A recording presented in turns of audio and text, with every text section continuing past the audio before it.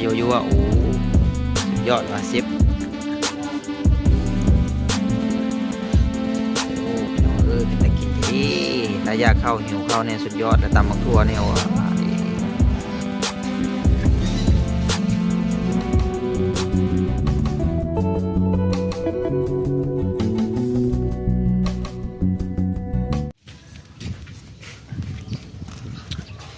โยโย่โยโย่แล้วโอ้คือจะมีแดงๆวะบริวารวะ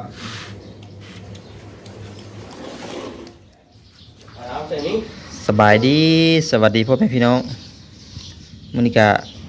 มาทำเมนูย่างปลาเผาปลาพี่น้องย่างคักๆมื้อนี้กินตอนนี้ก็โพกเกลือได้ระดับหนึ่งเดี๋ยวจะโพกไหมพี่น้องเดี๋ยวจะโพกไหมนี่ร้อยกว่าบาทพี่น้องปลาโลกว่านี่กระแมนนึ่งข้าวเหนียวนึ่งแบบฉุกเฉินพี่น้องเพราะว่าเมื่อก่อนจะนึ่งกับอันหม้อนึ่งข้าวเนาะบัดนี้หม้อนึ่งข้าวติดภารกิจ มาบ่ได้ หม้อนึ่งข้าวค้างานเลยมาบ่ได้ก็เลยแก้ไขฉุกเฉินหมูมันสิได้ผลบ่นี่แล้วก็หม้อซึ่งนี่ใส่แล้วก็หวดใส่นี้มันได้ผลบ่เนาะข้าวที่เราซื้อมา30 บาทเนาะถือว่าได้หลายเติบอันนี้เซฟแบงค์มื้อนี้แม่นเลยเบิ่งนึ่งข้าวให้กินสิได้กินแบบใดเบิ่งเอาสิได้กินเป็นเม็ดหรือสิได้กินเป็นอันปั้นในมื้อนี้ก็ได้ลองเบิ่งโอ้แหงนี่ไม้ยังอันโอ้โหพี่น้องปลาที่ย่างก็ได้ประมาณนี้ย่างกินกับทีมงานคือเก่ามื้อนี้ก็ได้ซื้อปลา100 กว่าคืออยากเปลี่ยนเมนูกินปลากระสังก่อน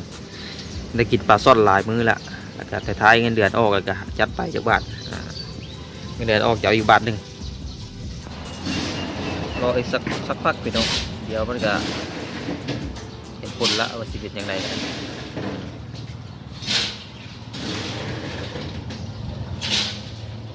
ตัวละ100 กว่า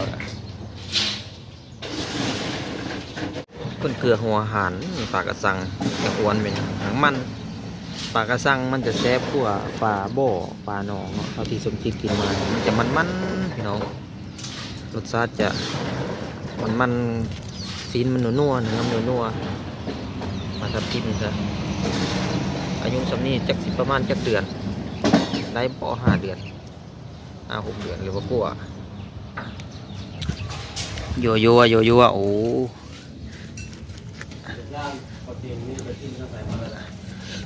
โอ้พี่น้องเป็นตะกินทีดีถ้าอยากเข้าหิวเข้าเนี่ยสุดยอดแล้วตำบักทั่วเนี่ยว้านึ่งข้าวเหนียวมันฮ้อนอยากเอาเป็นแห้งติ๊กสดๆร้อนๆเลยมีพื้นเนี่ยพี่น้องมันเป็นสันทาน100%มันก็เลยออกก่อนจังหน่อยว่าเป็นยังสำนีกัน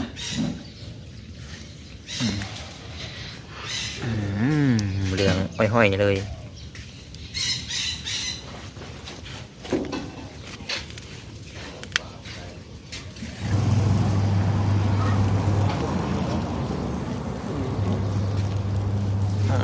พี่น้องเก็บรับประทานได้ละบาทเนี่ยโอ้ยสุดยอดเลยยางเป็นโอ้เลยปงเข้าปุ๊บโอ้ปั๊บเลยพร้อมแล้วบ่หวยลายมัน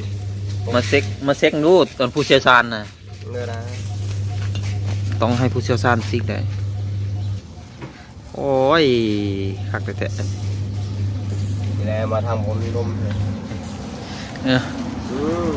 แบบธรรมชาติน้องจังไรกันอุดบดเครื่องโอ้ยอุดบดละเครื่อง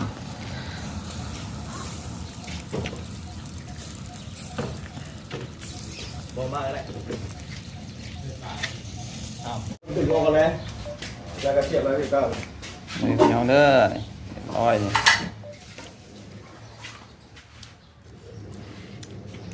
มาเด้อมากินน้ำกันปลาเฮากระซุกพอดีไปนี่หลังจากที่ย่างประมาณ 30กว่านาทีเพราะว่าย่างค่อยๆพี่น้องแห้มๆเพื่อให้มันได้ซึ่งความกลมกรอบแล้วก็อร่อยแซ่บหลายแดงวะบริวารวะ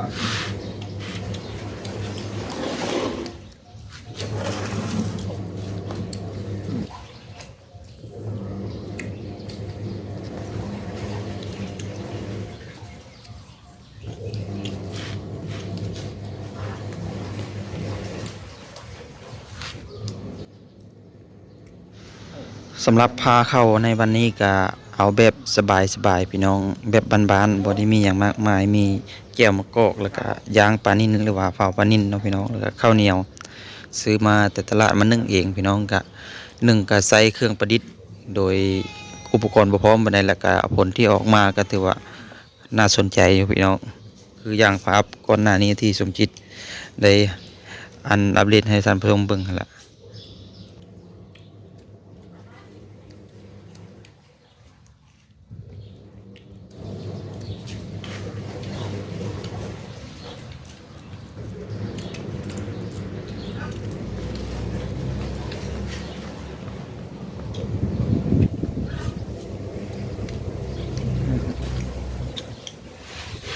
ดังท้องเบิ้ลดังท้องเนี่ย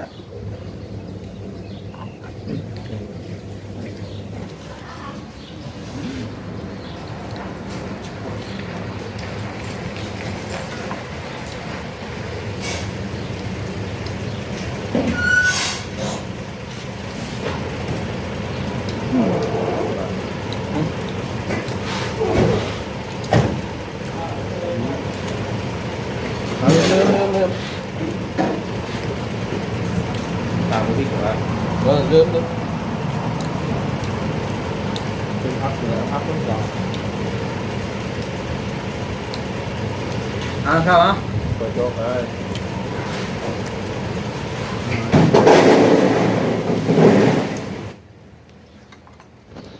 สำหรับการกินข้าวในมื้อนี้ก็มีทีมงาน4คนนะพี่น้องแล้วก็สำหรับน้องรัดแม่นเท้าไปงานก็เลยบ่ได้กินนำสมจิตก็กินกับทีมงานเผาปลาคักๆว่าสิกินน้ำกันแซ่บๆมื้อนี้บัดน้องรัดเผาไปงานก็เลยเสียโอกาสสมจิตกับทีมงานก็เลยลุยจังใดก็ให้มันเบิดมื้อนี้โอ้โคตรแซ่บเลยพี่น้องเอ้ยปลากระสังที่เพิ่นเลี้ยงที่สมคิดเคยไปตกปลาเห็นเพิ่นเลี้ยงอยู่ในอันกระสังอยู่แม่น้ำปลาซักนั่นแหละก็ถือว่าได้ผลดีเนาะปลากะอ้วนน่าจะสุขภาพแข็งแรงเพราะว่ามันเป็นแม่น้ำใหญ่น้ำไหลตลอดเนาะน้ำมันเปลี่ยนถ่ายตลอดก็เฮ็ดให้ปลามันนะครับเนื้อมันก็ดีน่ารับประทานพี่น้องเนื้อบอกข้าวเลย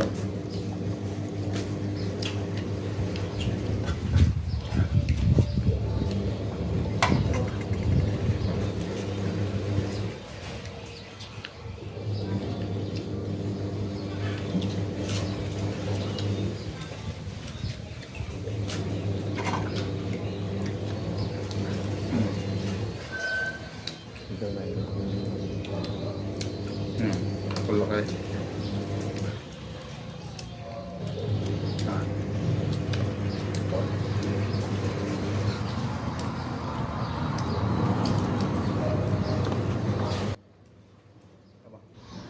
หลักการกินปลาที่ถูกวิธีตามปู่ย่าตายายที่เพิ่นสอนมาว่ากินปลาบ่ให้ปีนพี่น้องถ้าปีนแล้วมันสิ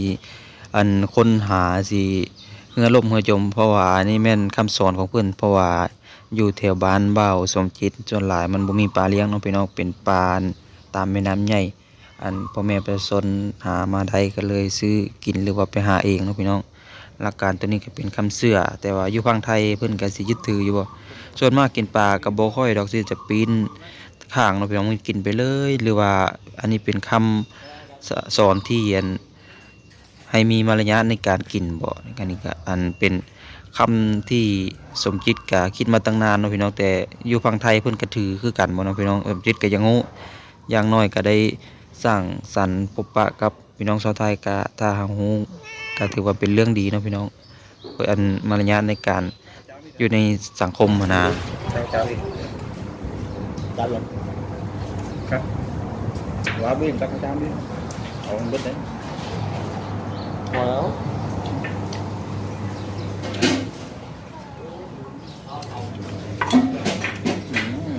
เฮ้ยหนัวครับน้ำมันย้อยออก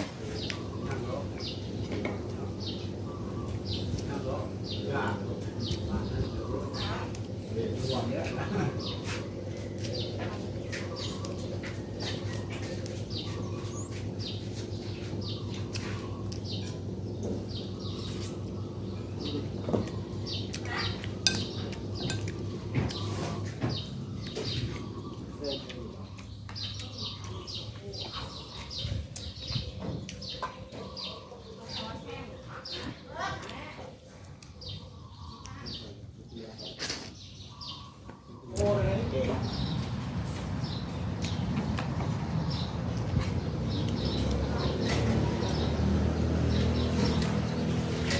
อ้ตายโอ้สำหรับวันนี้ก็สมจิตก็กินหลายขนาดพี่น้องทีมงานที่กินพร้อมกันเพิ่นก็อิ่มหมดละกันยังแต่สมจิตก็สิจัดการกินให้เบิดทั้งหัวทั้งหางพี่น้องเพราะว่ามันก็แซ่บปลาทับทิมย่างข้าวเหนียวแจ่วมะกอกสุดยอดเท่านี้แหละพี่น้องเลยก็ถือว่ามื้อหน้าก็กินหามากินใหม่พี่น้องจุบทั้งหัวทั้งหางพี่น้องมื้อนี้ก็ได้ติดใจขนาดได้กินปลากระสังมันจากราคากับมันค่อนข้างจะสูงจังหน่อยนะพี่น้องแต่ก็คุ้มค่าสำหรับอันได้กินแล้วก็มันแซ่บหลายนะ